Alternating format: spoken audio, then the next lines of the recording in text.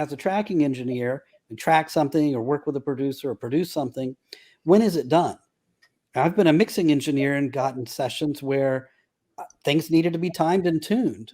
And was that my responsibility or not? And sometimes, yes, it was my responsibility. And sometimes, no, they wanted it the way they had it. But more often than not, yes.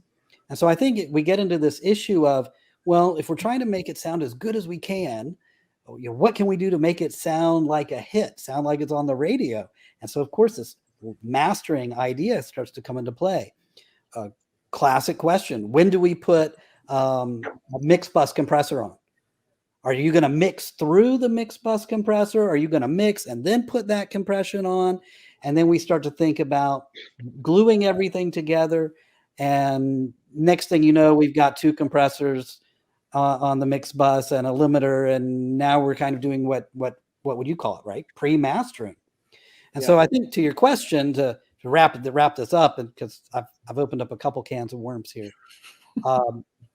we have to leave room for the next person. And so if you have the luxury and the opportunity, and hopefully you do, to work with someone else, put their ear on it and have a mastering engineer and do that mastering stage, I mean, clearly you just don't want to overdo and deliver them something minus 0.3 dBFS. It just sounds like Brian's comment, and I've heard this many times before, the finalizer set to stun.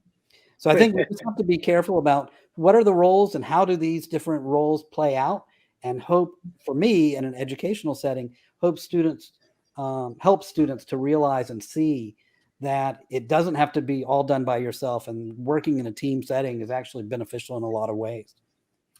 As I pass it over